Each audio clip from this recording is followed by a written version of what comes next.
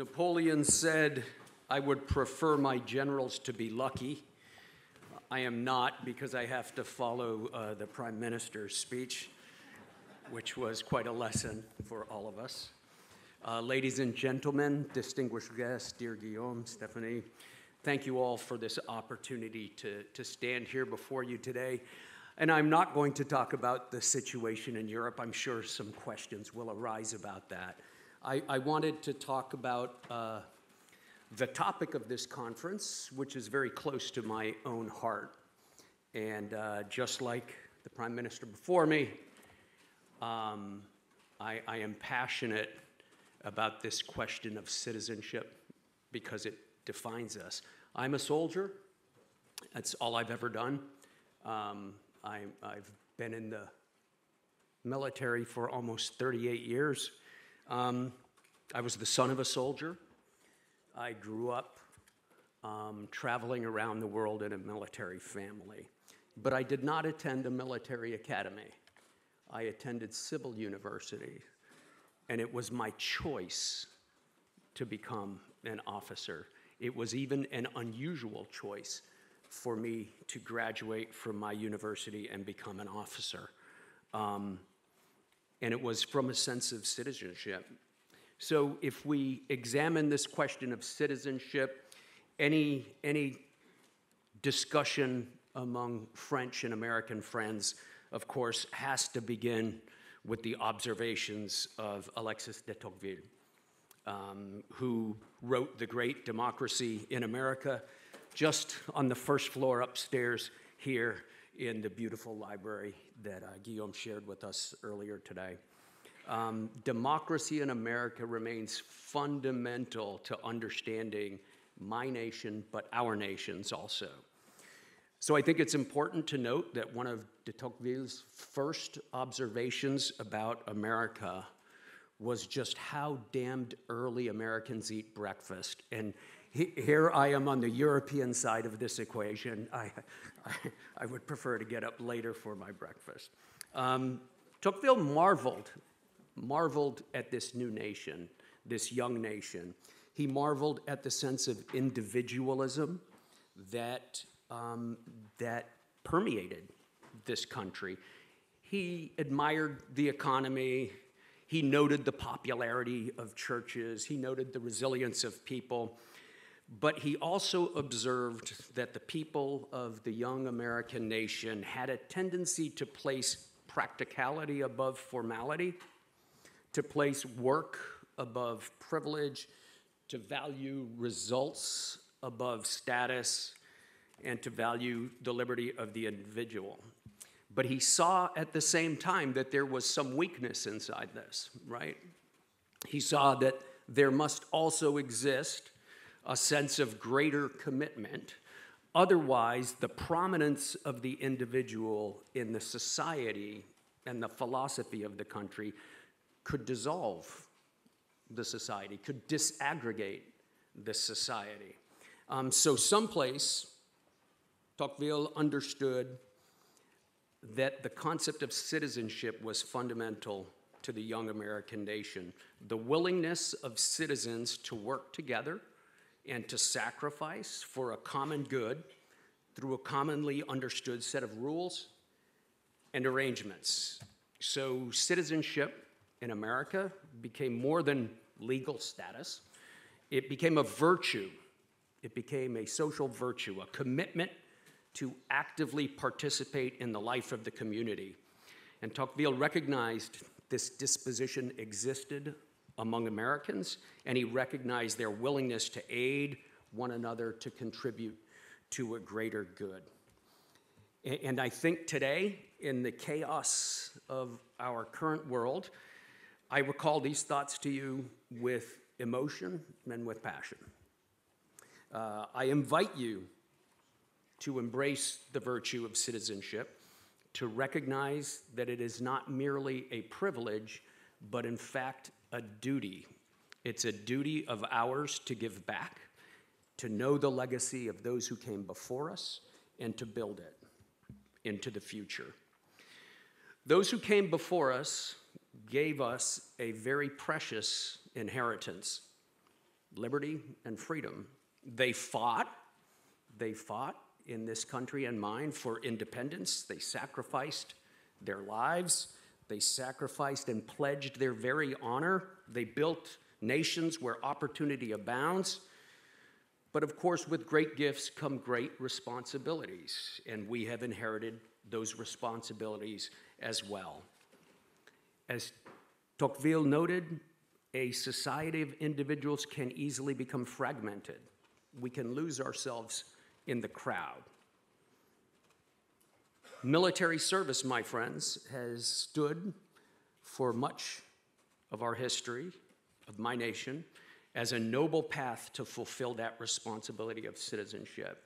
We have a tradition of the citizen soldier, a soldier who is pledged not to a king, not to a person, not to a place, but a soldier who pledges his honor to an idea, the idea contained in the Constitution of the United States of America, the Constitution that frames the parameters of citizenship for us. When we put on our uniform, we embody the spirit of that Constitution, and we are obligated to protect our nation's civic values, to defend our fellow citizens, and therefore to ensure that the flame of liberty shall continue to burn.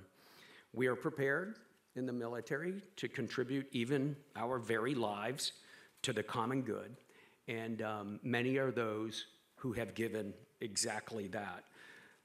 Jefferson said that the tree of liberty must occasionally be watered by the blood of patriots. And it is the responsibility of some of us to offer that. In my opinion, military service in a free country dedicated to a constitution is a height of citizenship. But it has, in our happy and prosperous societies, become vanishingly rare.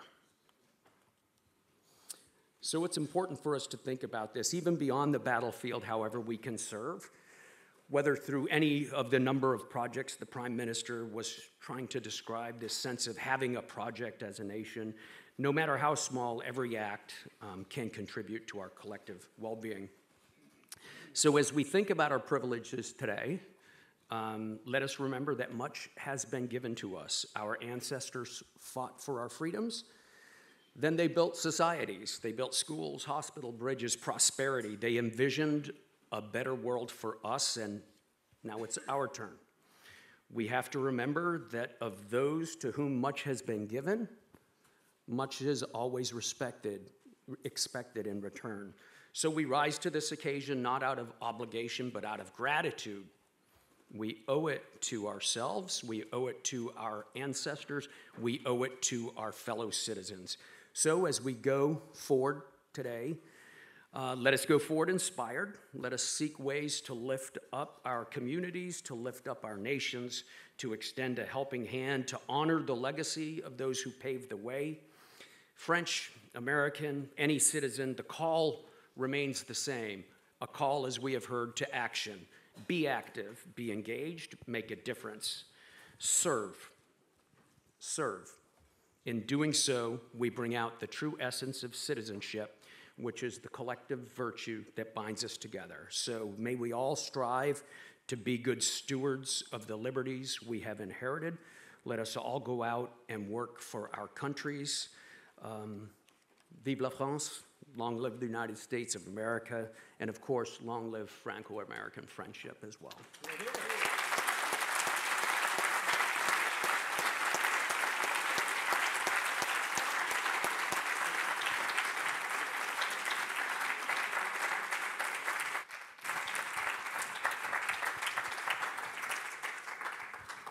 Thank you, General Cavoli, for this inspiring speech.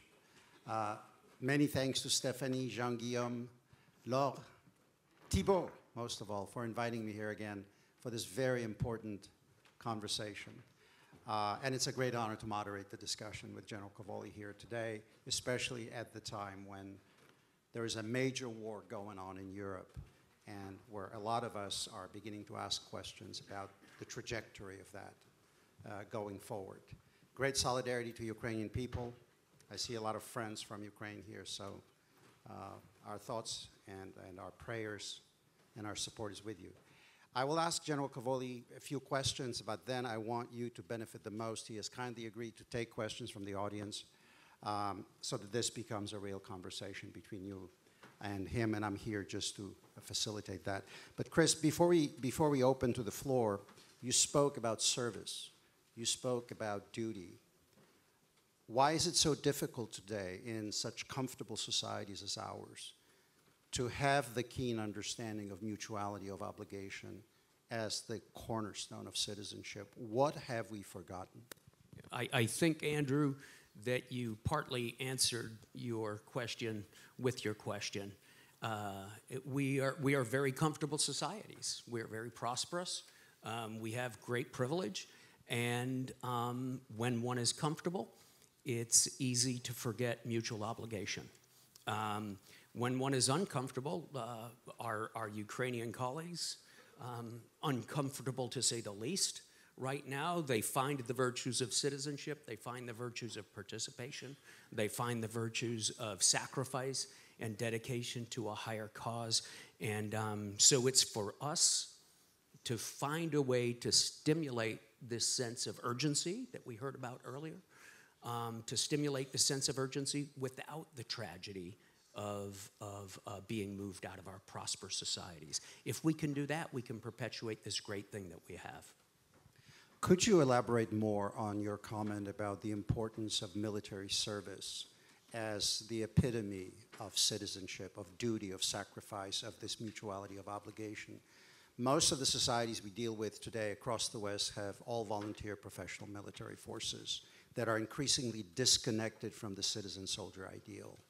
How do we bridge that? How do we change that? How do we recreate a community not of security consumers, but those who actually take responsibility for their nations?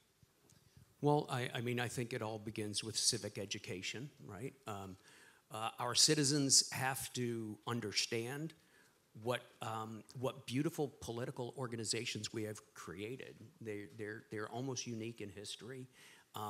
The idea of government by the consent of the governed is such an important concept, and it's the thing that releases, that liberates our societies to create peace, prosperity, and everything. So I think it begins with a sense of understanding of our civic organization and the beautiful civic systems that we have. There are many ways to serve. I'm perhaps chauvinistic because I've done nothing but the military, right?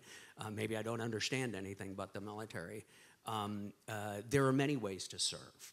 There are so many who serve, but it all begins with an understanding that one's life must involve something greater than oneself. And second, in societies like ours, of those to whom much has been given, much will be expected. We should expect of each other service. We have been given a great deal, and it's up to us to fulfill the promise that our prosperity suggests. One of the colonels who worked for me when I was still in Garmisch once said to me that to be really cognizant of what service means, there's a saying his dad taught him: officers eat last. You take care of your people, you serve your unit, because you may order them to do things that are unspeakable. Do you think our society at large, whether you're a corporate leader, politician, somebody who runs an NGO, do we still have that keen understanding that you have in the military? I like to think it is out there. We have to think that it's out there. We may wish for it to burn a little bit more brightly. We may wish for it to be a little bit more universal. But I do think that a spirit of service exists, but it's up to us to put air into the flames. It's up to us to encourage it and to cultivate it and to grow it deeper. Yeah, leaders eat last. It's just a fundamental principle, right, Andrew? If you assume the responsibility for others, then you put their interests in front of your own. You can assume, any citizen can assume the responsibility for others. It's not just a military leader or a political leader. We all have responsibility for the welfare of others, and we have to think that way.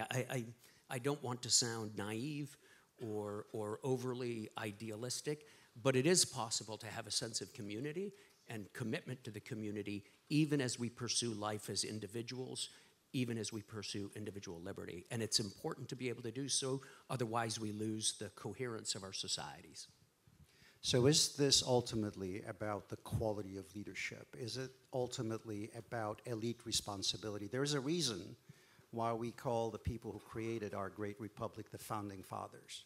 These were the leaders who actually framed the idea and who managed to mobilize and pull the publics behind them. So how would you describe today, in this very fractured world, the responsibilities of the elites in terms of citizenship? Well, so even the very concept of an elite is somewhat problematic in the United States, of course. So let me go to a third country, right? Several times I have pulled down the saying of those to whom much has been given, much is expected in return. It's one of my favorite sayings, but it's not an American saying. It's not a French saying. It's from the English public school system, which was created to create the leaders of the empire. And from the beginning of their education, it was imbued in them that they had been given something special and that now they had to return it. They had to return with interest the payment, the inheritance.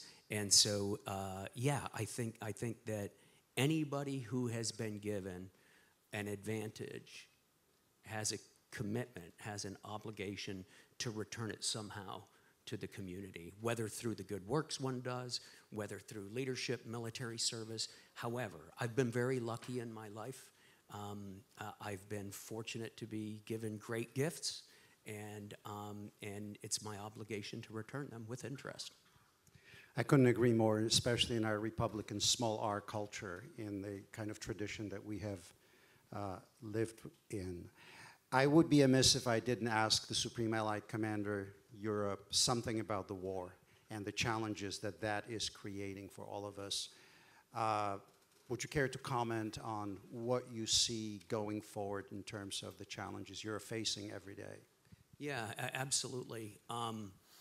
So of course, the war is a terrible reminder of history, right? I mean, this is what history has looked like. And we have had a beautiful, a splendid holiday from history for some years now. It appears to be over.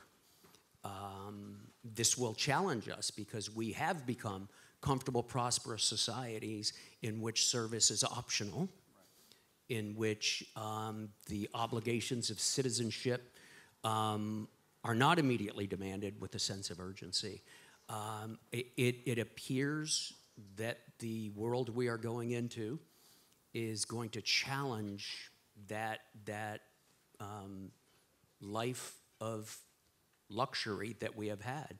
And we have to rise to the occasion. We have seen our Ukrainian colleagues rise to the occasion for themselves. We would like to rise to the occasion without war, obviously, but that requires us to stand firm in peace.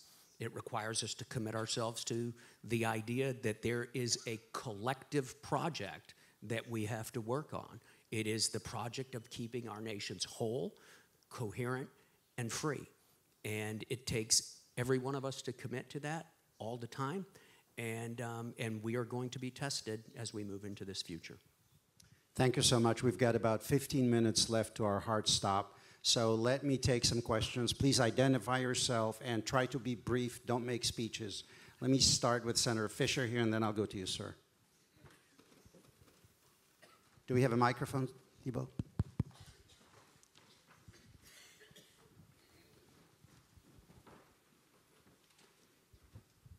Thank you so much, General. My name is Fisher, and I have a question.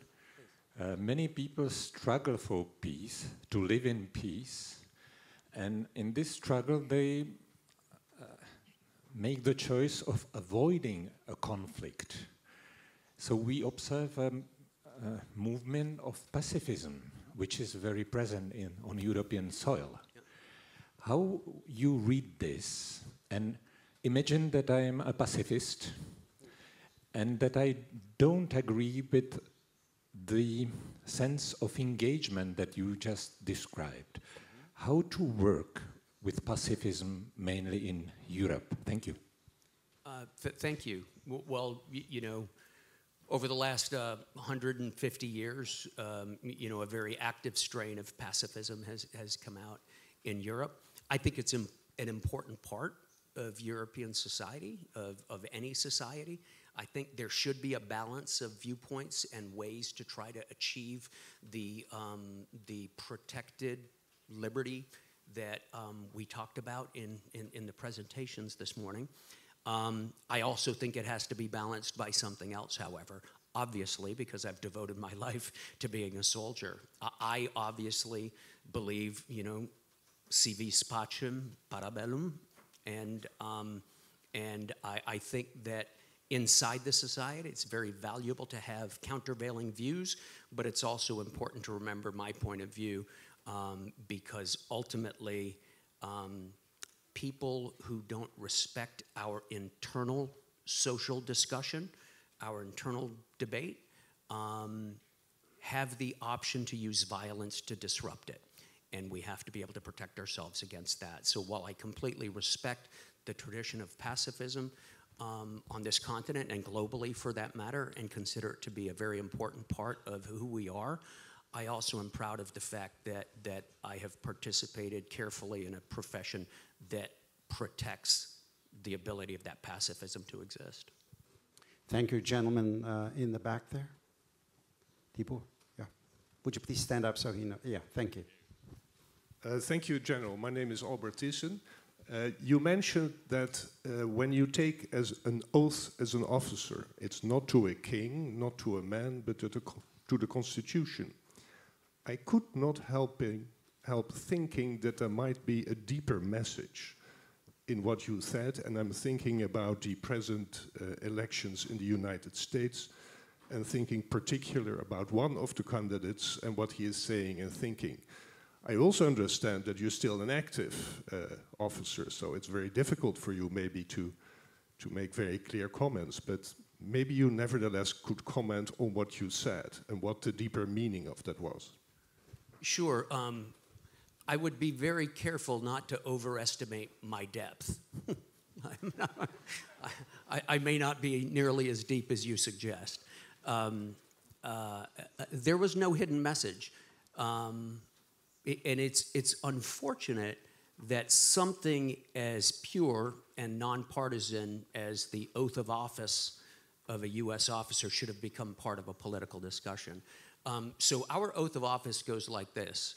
I solemnly swear that I will support and defend the Constitution of the United States against all enemies, foreign and domestic, that I take this obligation freely without any mental reservation or purpose of evasion, and that I will well and faithfully discharge the duties of the office upon which I am about to enter, so help me God.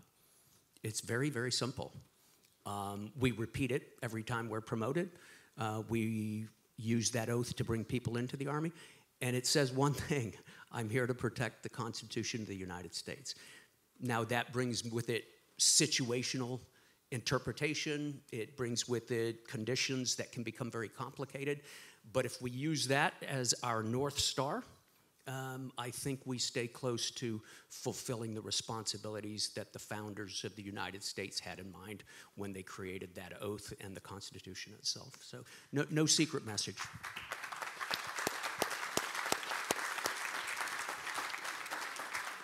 Question here, sir. Thank you so much for your strong solidarity with my country, Ukraine. Thank you for your insightful understanding of the connection between the freedom of Europe and the blood of Ukrainians on the battlefields of our country. What concrete steps will bring Ukraine's integration into NATO closer? What real NATO security guarantees will be achieved to ensure peace? Yeah, so thank you very much. I think we will have some announcements at the summit next week, at the NATO summit in Washington, the 75th anniversary of the foundation of the North Atlantic Treaty Organization. I think these will include a number of bilateral and multilateral security arrangements and agreements with Ukraine. A number of these have been signed and announced already. There will probably be the announcement of a greater role for NATO in the training and equipping of the Ukrainian armed forces, and there will be a number of other things like that announced. I really think, though, that this question of closer integration is a journey, right? It's a pathway. I don't want to sound evasive, but there's not one single concrete step. It's a long process of working together in good times and in bad, as we have been since at least 2015, to come to common understandings of how to produce security, how to defend the country, how to defend each other collectively, and to work together. I think that our working relationship with the Ukrainian military now is higher than it's been ever. And I'm very fortunate to work very closely with Minister Umierov and General Syrski, and I think we have a great future that way together. Obviously, questions of tighter integration become political questions and fall out of my hands very quickly. But if I could compliment the solidarity of the Ukrainian people, their support for their military, and their military's great bravery and innovation in the face of one of the largest militaries in the world. It is a fantastic thing to watch, and we are proud to have the opportunity to support Ukraine. So, Slava Ukraini. Hear, hear.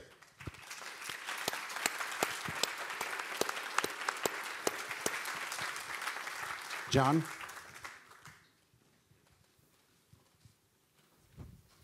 Thank you, Andrew, and thank you, General. Thank you both for serving our country.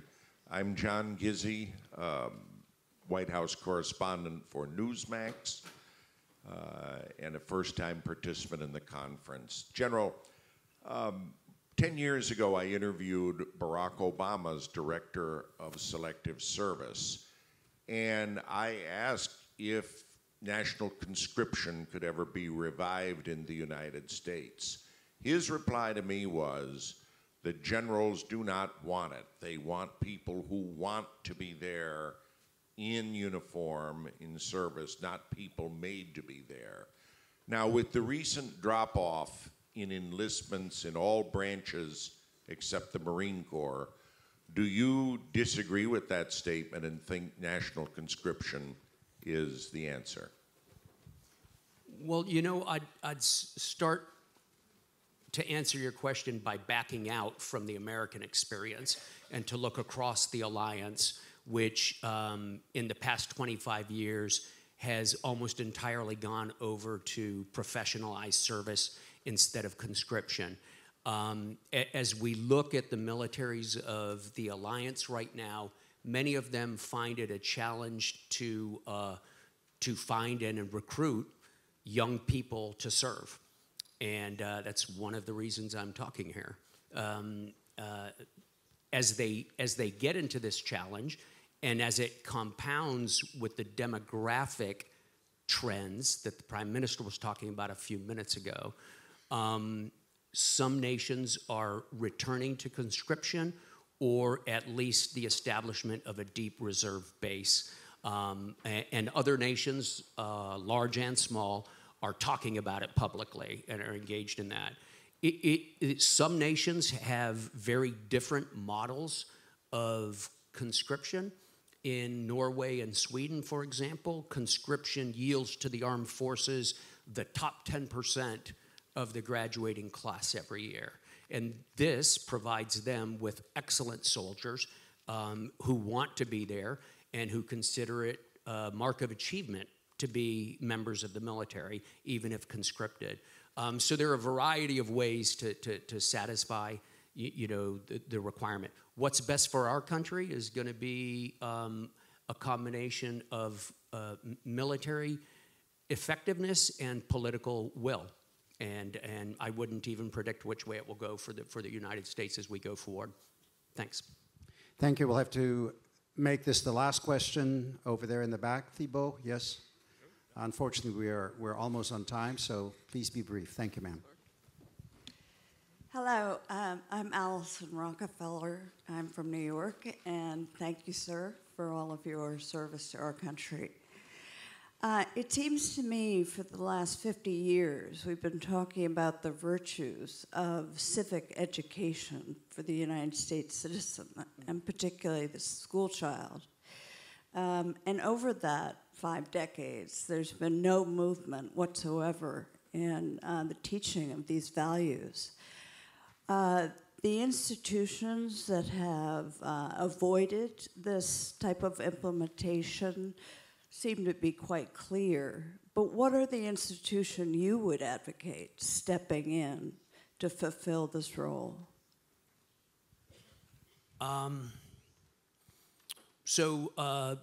Not my field of specialty.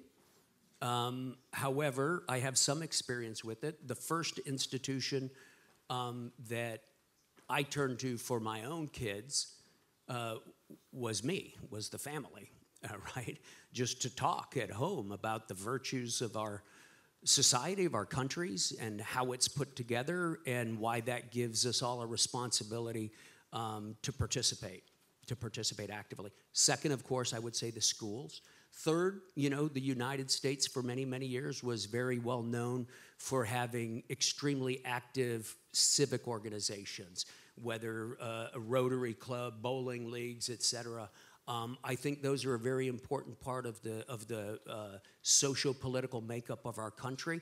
And when they wane, I regret it. I think they're very useful forums for keeping our people in touch with each other. And then finally, our electoral process, right? Our electoral process should have a quality debate, as we heard earlier today. Our public debate should be of high quality, and we should encourage that because it will become a form of education on civics in and of itself, I believe. So thank you very much. It's an important question, and your answers to the question are far more important than mine, because I think this is all a participatory effort that we have to take part in. Okay, well, General Cavoli, Chris, thank you so much for taking the time out of your really busy schedule to be here with this very important conversation at Tocqueville. We all appreciate greatly knowing how little time you really have. And so that you prioritize this is something that means a lot. Please join me in giving a round of applause to General Cavoli.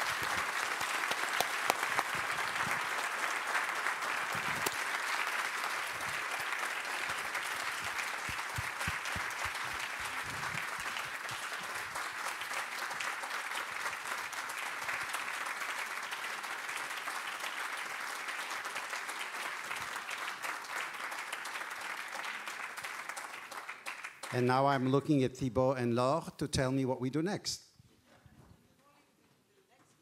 Next panel.